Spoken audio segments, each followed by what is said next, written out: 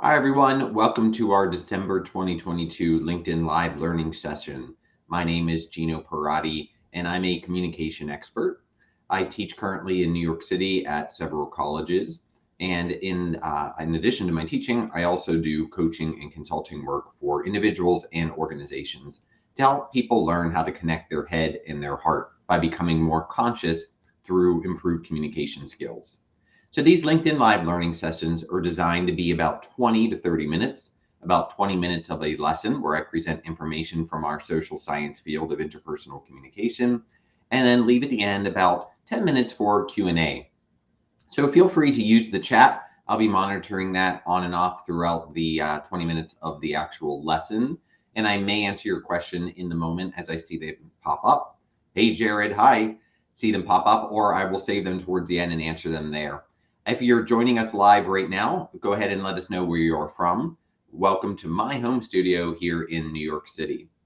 The lesson that I have decided to share with you today is one that really changed my life when I first learned it way back in 2005 when I began our degree program. This is truly at the heart of becoming more conscious for our communication and then our lives. And the title of it is Distinguishing Between Fact or Interpretation. And as I'll point out, I'll explain, of course, what all this is about. But as I'll point out, that most of us live unconsciously in the world of interpretation. And then we create our lives, we create our reality from this unconscious place. But today is going to be the start of a transformation for you. We're going to start changing that today by helping you become more conscious of whether you're living from fact or interpretation. I'm Mikkel. Nice to see you. Let us know where you're joining from today. I appreciate everyone saying hi. And again, feel free to type your questions in the chat. I'll either answer them in the moment as I see them or save them for the last 10 minutes. A little bit of background of where this topic is coming from. I always want to give credit where credit's due because at my heart, I am an academic. So stay with me here for a few minutes as I explain where this idea of fact and interpretation comes from. Originally, it traces back to the work of Clifford Geertz. In 1973, he published some work on something that he called thick description. So he was an ethnographer, which means he goes in and studies cultures. And the idea of thick description comes from anthropology, and it is really distinguishing between quantitative versus qualitative research. Quantitative research is all about numbers, surveys, big data, really popular in today's world as we're aggregating data from large amounts of social media. Clifford Geertz's work and a lot of work in the field of anthropology, and this is where the thick description comes into play, is more qualitative, and that's my focus.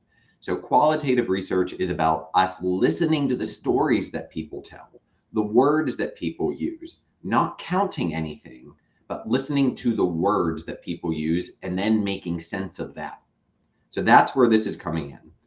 The definition of thick description, I'm going to read this from my notes so I get it correctly. Thick description is composed not only of facts, but also of commentary, interpretation, and then interpretations of those comments and interpretations. So I know that can sound confusing, but basically what I want you to walk away knowing is we have facts, and then we as human beings put layers upon layers of meaning, which are the interpretation that come from the filters that we use. And that's what we're going to start to bring awareness to today. Let's go ahead and get into this then.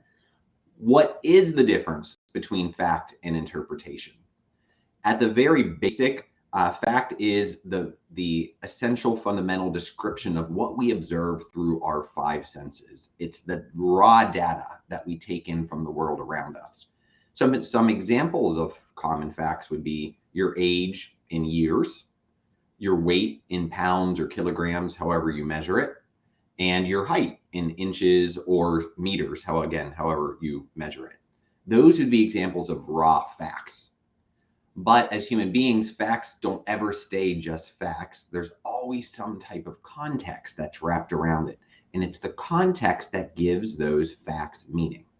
So let's use those three examples of age, weight, and height to show how we use those facts and then put meaning unconsciously to these things. The subjective evaluation becomes the interpretation of these facts. So going back to age and numbers, whatever age you are, currently at the time of this live broadcast, I'm 44. And what is that? Is that young? Is that old? Is that middle-aged? Is that What's your interpretation of what that actual number is? And we can feel differently about that. At 44, I don't feel like I'm old. I feel like I'm solidly middle-aged, and that's a good thing. I don't feel young. I feel quite mature, settled into who I am. I like this age. It feels really good. When I was 24, 44 seemed really old.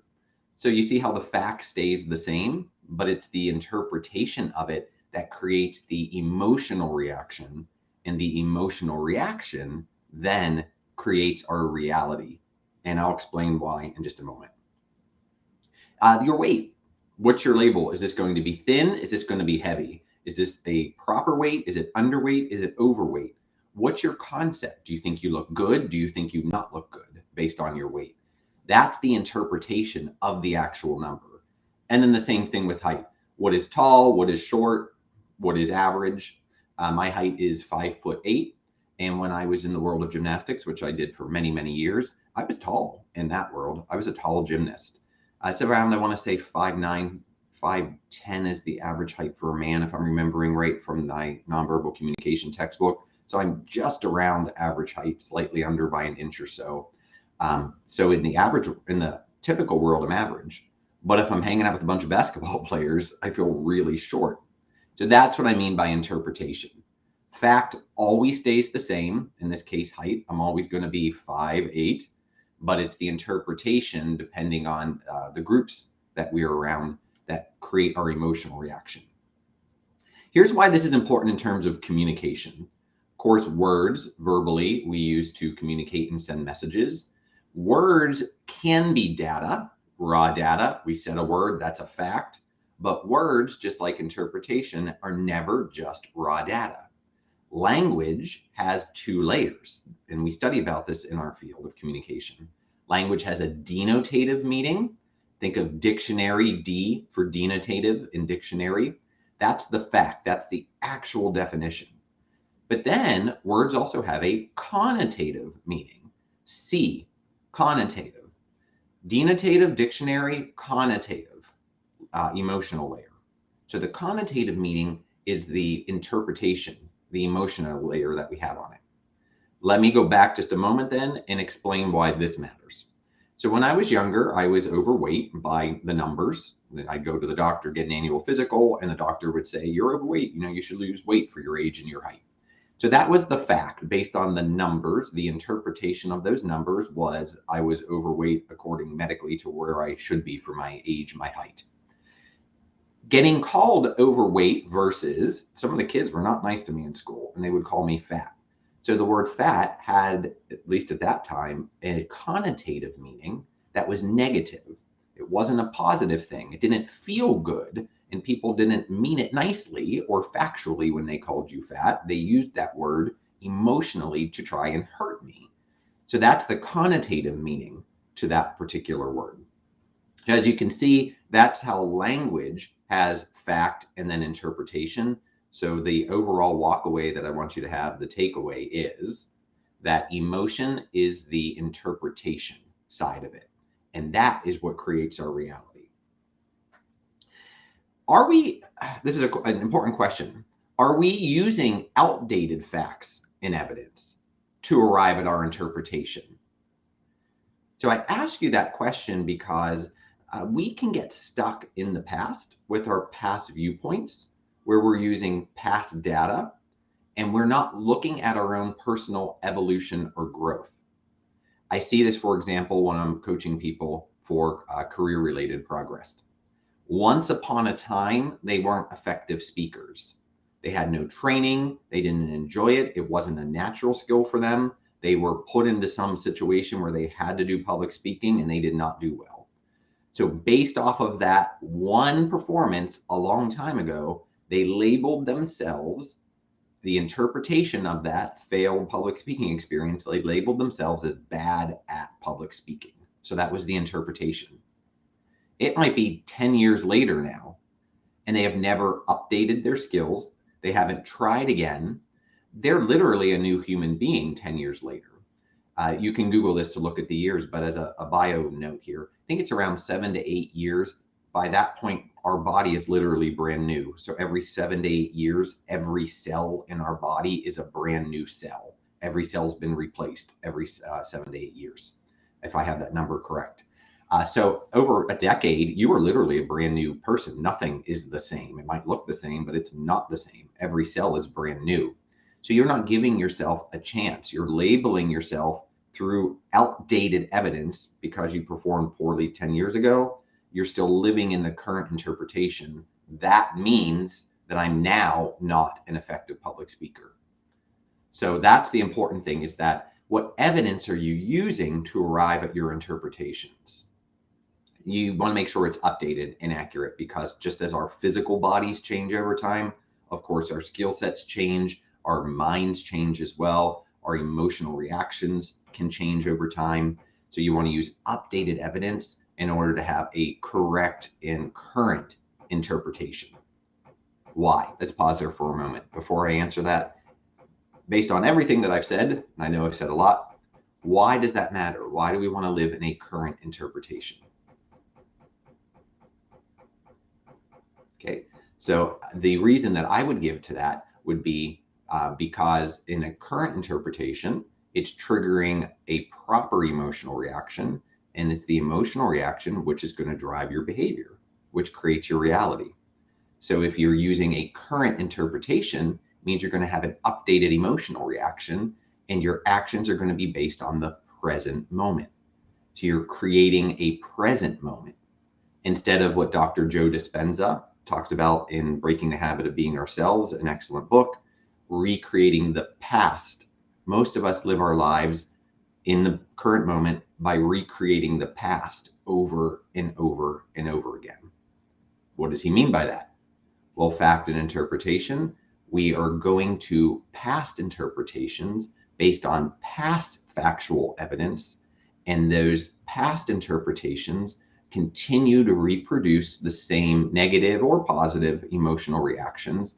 So based on the past, we are reliving the same recycled emotions, and that's what's driving our current behavior.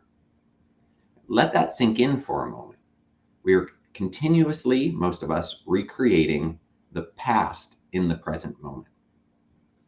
But this is where the consciousness piece comes in, and why I'm so passionate about this work that I do, because it allows you to really take responsibility and be powerful in your own life. I use those words all the time: be empowered, powerful. This is what it means. You are aware of what you want. You're aware that what you were in the past does not have to be what you are now. What you had in the past does not have to determine where you are and what you have in the future. We can update, just as our physical cells do, we can update both our mental and our emotional selves so that it is in alignment with who we want to be now and who we would like to become in the future. And that's powered by emotion, which is shaped by how we interpret. Okay, so I know that's a mouthful. P.S. This is going to be the written newsletter that I do for January of 2023. Hard to believe we're already in 2023, coming up next month. But all this information, I know it's a lot and it's pretty deep. So verbally delivering it is not always the easiest way to absorb it. So stay tuned. Make sure that you are subscribed to my Conscious Communication newsletter. You'll find that on my LinkedIn page here. So you can just click on that. In the featured section, you'll see the button for it, or the tile for it. You click on that and then you can click subscribe. It'll get dropped right into your inbox, and you'll be alerted on LinkedIn as well. So this will be written out for you. Why does this matter? So going back to another reason, the idea of consciousness, and I've been saying that we often inherit. So what I mean is that our cultures, our families, give us perceptual filters to notice things. What are perceptual filters? Well, perception, it's our senses. We may think that we notice everything around us, but that's virtually impossible to be consciously aware of every single sound, sight, smell, vibration that we can feel. It's data overload. Our brains will not allow us to have everything coming in at once. We couldn't handle that, to process it all. So we have to narrow down. What do we focus on? What do we actually notice in the world around us? What do our perception, our Our senses allow to make the conscious awareness in our brain. And you may think, oh yeah, well, I notice what's important. Well, the interesting thing is what's important was not always decided by you. We are given these filters as children. Part of it is the world in which we grow up. We notice things based on the perceptual filters that our culture trains us to have. So when we were children, these were not conscious choices. They were programs that were given to us, and then we inherited them. So that's what I mean by the idea of unconsciousness. We didn't choose this as children. We didn't choose our cultures. We often didn't have the choice to remove ourselves if we didn't like that or we wanted something different. That was the world in which we were placed, and that's where we learned how to absorb and deal with the world around us. Now, as adults, that's where the power comes in. Now you have a choice to go back, re-examine. This is the work that I help people with. Go back, re-examine those perceptual filters, and now consciously update, consciously sharpen those filters to be more useful for you and who you are now. What do I mean by that? What I mean by that is who you are now, at the heart of that are some core values, things that are really important to you as an individual. I'm going to drop into the replay of this video, into the notes when I'm done here, a link for a values in action survey that will help you identify what those core values are. It's a free survey. I'm going to read their description. The VIA survey is the only free scientific survey of character strengths in the world. Take this simple 10-minute character test and discover your greatest strengths. So it gives you a list. Looking at mine here, I have it in the drawer. It gives you 24, and you're really focusing around your top 5. My top ones from this test are love, curiosity, perspective, appreciation of beauty and excellence, and social intelligence. So once you're aware of this core essence of who you are, that's where I'm talking about updating your perceptual filters to become more aware of how you can align your life experiences better with those core values. Because it's those core values, that's where you vibrate at. That's the essence of who you are. So when you can experience more alignment with things in the outside world that resonate and vibrate at that same level, that's going to make you feel good. That resonance is going to be interpreted as happiness. That's what we're aiming for. So it starts with the consciousness of who you are values-wise. Another thing that I'll drop into those notes, it is the Harvard, so the university, Harvard Association tests. And this is the description. The Implicit Association Test, which is shortened as IAT, it measures attitudes and beliefs that people may be unwilling or unable to report. So in other words, this is often talking about unconscious bias, implicit bias. Certain attitudes that have been dropped into you, taught to you, programmed into you by your culture unconsciously. And then we use those as our modality as adults to unconsciously operate and navigate the world. So the consciousness part means you take this test, you start being aware, oh, I tend to have a preference towards or a bias against certain things or types of people in the world. Don't judge yourself for those things if you're surprised and you don't like the results, because again, these were not conscious choices that we have made for ourselves. They were programmed in us by our culture. So these tests help us become more conscious of it. And now that gives you the power and the responsibility to make the updates and make the changes for yourself so that it's more in line with who you actually want to be. You're not fighting against yourself between your implicit bias and your values that you have.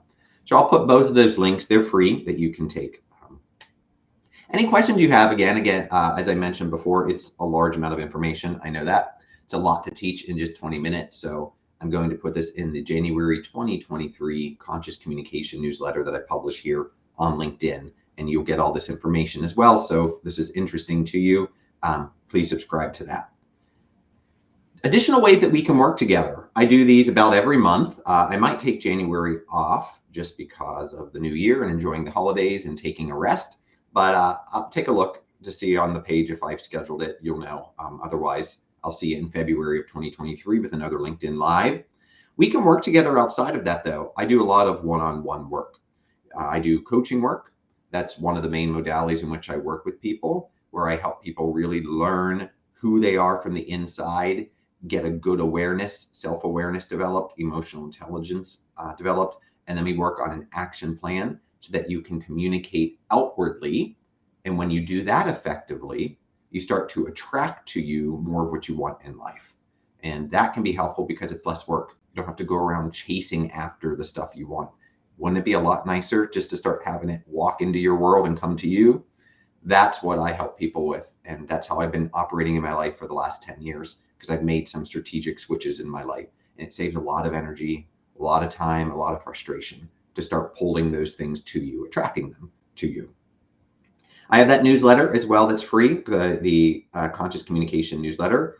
I have a group here on LinkedIn, Communication and Public Speaking Mentorship for Coaches, Influencers, and Entrepreneurs. And periodically, I'll drop some special notes in there that are just for that group to help people become more conscious. Feel free to join that group as well. Thank you so much for joining. We are at the 20-minute limit here for this LinkedIn Live session. I'll pause for just a few moments here to see if anyone is having questions. Go ahead and drop it into the chat. As you can see here, this is my home. I'm decorated for the holidays. So happy holidays to everyone who is celebrating during this month of December into January. Hope you have a wonderful holiday season. Good. As I'm waiting just another moment, just in case people are typing, I'll quickly share with you a new area of interest that I'm sure I'll be talking a lot about in 2023. I've been doing a deep dive in some of the major research in burnout. This is a book that I have started and about halfway through right now. I'm loving this book, The Burnout Challenge by Christina Masloch and Michael Leiter. I may be pronouncing their last names wrong, but The Burnout Challenge. Highly recommend this book. Talks about the key components that are in place for burnout, and it's a multi-dimensional thing in place. So it's not just like one thing happens. I'm exhausted. It's way more than exhaustion. So it'll give you a good understanding of the components that are needed for people to have wellness in the workplace and how to spot the signs of burnout when these dimensions are not in alignment. I'm very excited about this future work that I plan on doing of helping people prevent and then recover from burnout. Okay, looking in the chat, doesn't look like there's any specific questions. Thank you so much for joining today, and feel free to share this. I will have it on my YouTube channel, Right Brain Journeys, as well as archived here on LinkedIn. Have a great day, everybody, and a good holiday. Bye-bye.